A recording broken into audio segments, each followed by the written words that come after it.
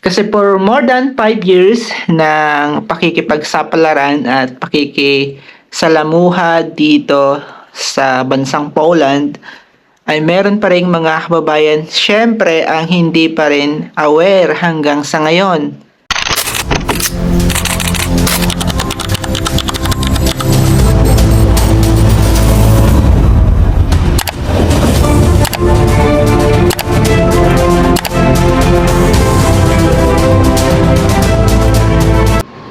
Para doon sa mga kababayan kong mahilig gumala or magbakasyon during day off or holiday, isang paalala lamang mga kababayan na humigpit ang Poland. So pakidala ng mga dokumento ninyo or passport kung lalabas kayo ng Poland or magbabakasyon kayo sa Karatig City dito sa Poland or pupunta kayo sa mga tourist attraction dito sa Poland.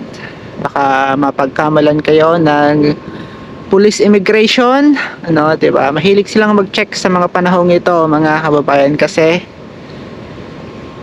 may order ang gobyerno dito or ang immigration. So makikita nyo sa iba't ibang news or makikita nyo sa mga station, yung malalaking station ng train, mga airport na maraming nagche-check at may mga police or may mga militar din. For example, galing ako nung nakaraan sa Warsaw Central kasi bumisita lang ako doon sa Warsaw at meron akong training. So nakita ko maraming mga nag-iikot na pulis at may mga ilang personalidad na hinahanapan ng dokumento, especially yung mga foreigner, kasi maraming illegal na nakapasok dito sa Poland na dinideport na nila noong mga panahon na mga lumang gobyerno pa dito sa Poland, mga kababayan. Ang Poland, mga kababayan, ay hindi katulad ng ibang bansa dito sa Europe na malaya sa mga illegal migrant. Dito sa Poland, once na matunugan kayo ng immigration police or ng mga taga-immigration na wala kayong dokumento at nakakapagtrabaho kayo, matik na pupuntaan kayo sa bahay or pupuntahan yung location kung saan kayo nagtatrabaho. Ganyan dito sa Poland, mga kababayan. Kaya kung gusto mo mag-Poland, kinakailangan ay meron kang legal na document, meron kang employer, meron kang trabaho, or meron kang agency at legit yung agency mo. Siyempre, dapat meron din kayong mga legit na dokumento or yung mga pinapanghawakan yung papel para tumagal at hindi kayo palaging kinakabahan.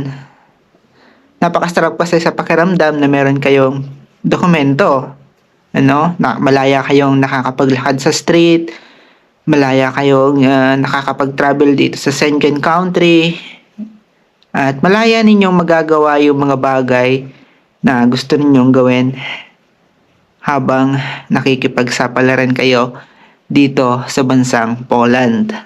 At ganyan ang ginagawa ko, mga kababayan. So itong video na to ay isang paalala ko lamang para dun sa mga mahihilig talagang mag-travel katulad ko. Mahilig din ako mag-travel sa iba't ibang tourist attraction dito sa Poland or sa Europe kapag meron akong extrang pera.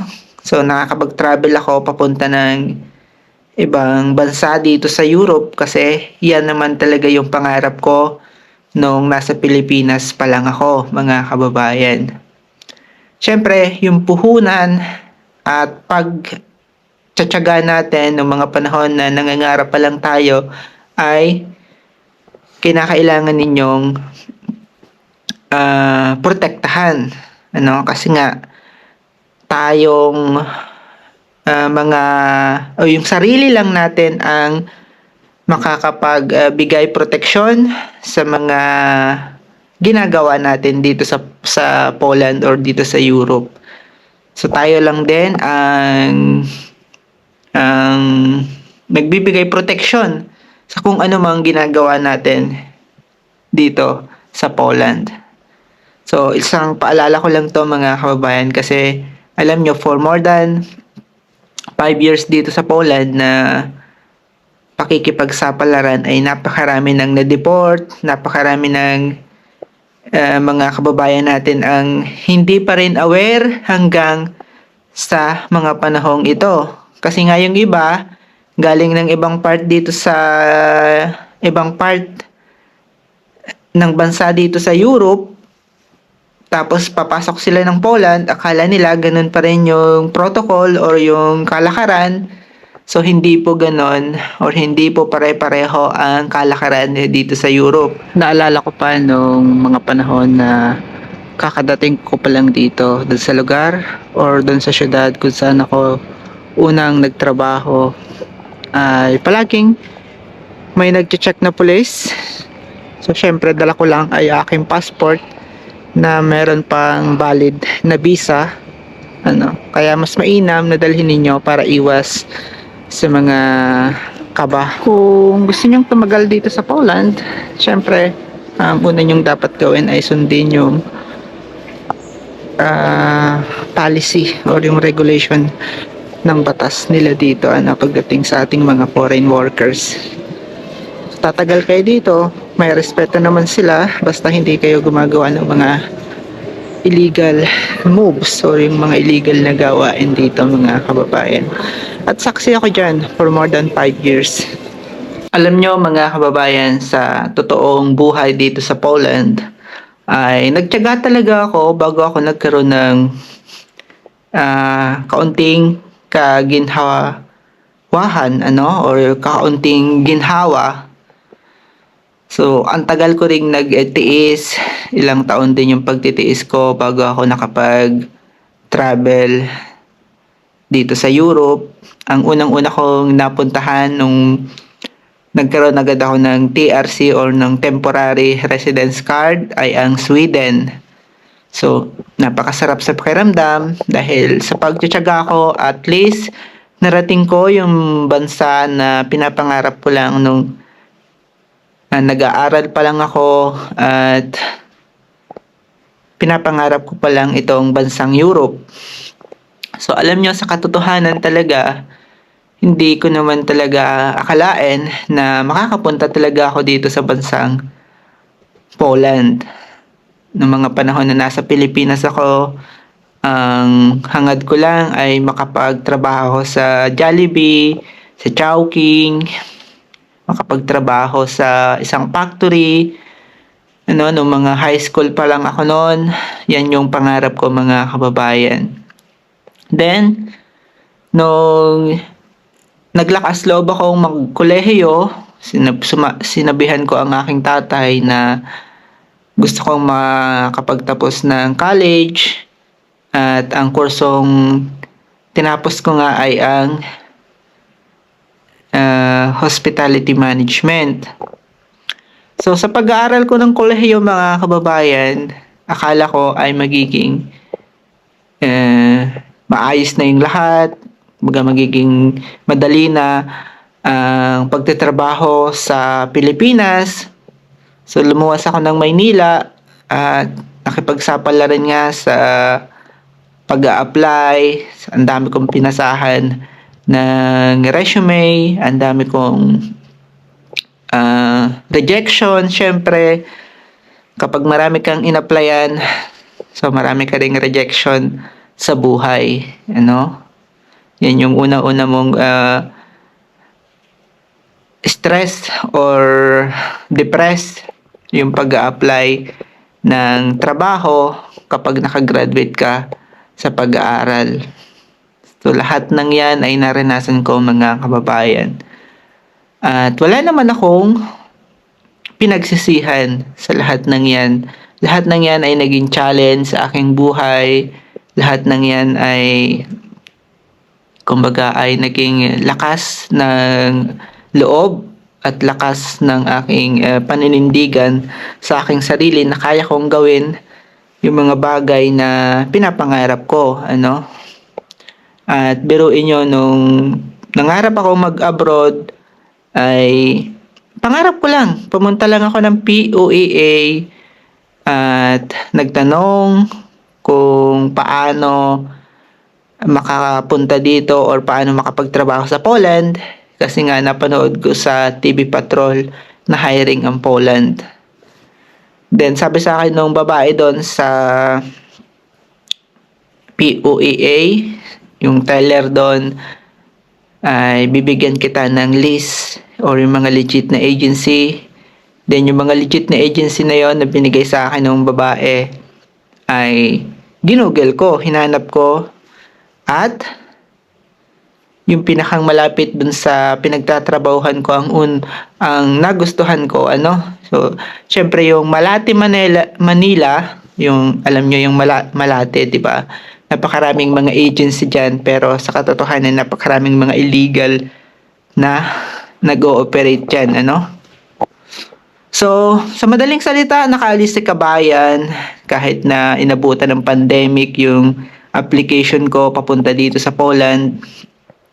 Sa awa ng Diyos at siguro ay para sa akin talaga yung pag-abroad kasi nga pinangarap ko at pinagdadasal ko talaga yon, mga kababayan, nung mga panahon na nandyan pa ako sa bansa natin. So hanggang sa ngayon, naikwento ko lang, nandito pa rin ako sa Poland, hindi pa rin ako nakakauwi hanggang sa ngayon. Patuloy pa rin yung pangarap ko. Ngayon ay isa na akong ganap na senior supervisor dito sa housekeeping department. At hindi ko rin nakalain na makakamit ko or ma-reach ko yung ganitong posisyon ng pagtatrabaho. Anyway, andito pala ako sa hotel kung saan ako nagtatrabaho. At nagpahinga lang ako kasi medyo malamig pa rin sa labas. So makikita nyo naman marami pa rin mga naglalakad na turista kasi tourist attraction tong lugar kung saan ako na nagtatrabaho, mga kababayan. So ginamit ko lang tong room na to out of order para makapagpahinga ng konti at maipagpatuloy itong paggawa ko nga ng video, mga kababayan, ano. So balik tayo, mga kababayan, mag-ingat yung mga kababayan ko. Hindi biro yung pinagdadaanan natin dito sa Poland. Huwag niyong sayangin ng ganon lang.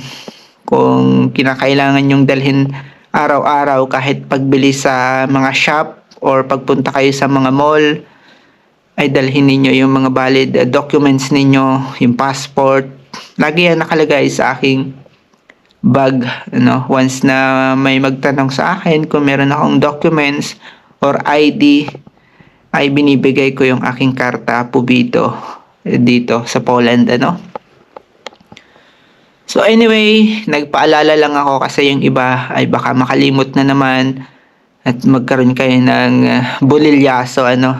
So nangyari yan sa akin nung unang taon ko dito sa Poland. Palagi akong chinecheck ng police at so bilang isang aral ay ibabahagi natin yan syempre sa mga kababayan natin dito sa Poland kasi ito lang naman yung maitutulong ko sa aking mga kababayan, yung maging aware kayo dito sa Poland. Kasi hindi ako under agency, mga kababayan. Independent ako dito sa Poland. Binubuhay ko yung sarili ko. At syempre, yung mga natututunan ko sa mga local people na nakakatrabaho ko ay binabahagi ko dito sa videos at ng yung ibang mga kababayan na nakakapanood sa aking YouTube channel ay maging aware. Kaya i-share mo sa ating ibang mga kababayan na gustong baka sakaling magtrabaho dito sa Poland or yung mga nandito na sa Poland, i-share nyo yung mga ganitong video at nang maging aware yung mga kababayan natin. Kung kaka-apply pa lang ninyo ng temporary stay or wala pang tatak yung passport ninyo at expired na yung visa ninyo, mas mainam or mas maganda na magstay muna kayo sa tirahan ninyo. Huwag muna kayong gumala ng gumala kasi baka matsempohan ninyo yung mga pulis or mga immigration police or STRAS at matanong kayo tapos wala kayong maipakitang documents na valid. So baka magkaroon pa kayo ng problema. Pero kung meron naman ng tatak yung passport ninyo, katibayan na nakapag-apply na kayo ng temporary stay, pwede na yan mga kababayan. Pwede na kayo magpagala-gala dito sa loob ng Poland. Pwede na kayong pumasyal sa iba't ibang attraction dito sa Poland. Safe na yan mga kababayan. At ipakita lang ninyo yan doon sa police patrol or yung mga immigration police na magtatanong lang sa inyo. So once na may mag-random check at matsimpuhan na kayo yung matigilan or matanungan, so ipakita lang ninyo na meron na kayong application sa immigration. Ilan lamang yan sa mga paalala, kabayan or sa aking mga kababayan. Anyway, paki-share nitong video, paki-subscribe nitong aking channel para maging aware yung ibang nangangarap pumunta dito at yung mga nandito na. So paki-comment na rin ninyo yung mga kababayan natin na hindi pa rin aware hanggang sa ngayon. So hanggang dito na lang muna itong aking pagpapaalala mga kababayan patungkol sa paghigpit or pahigpit ng Poland.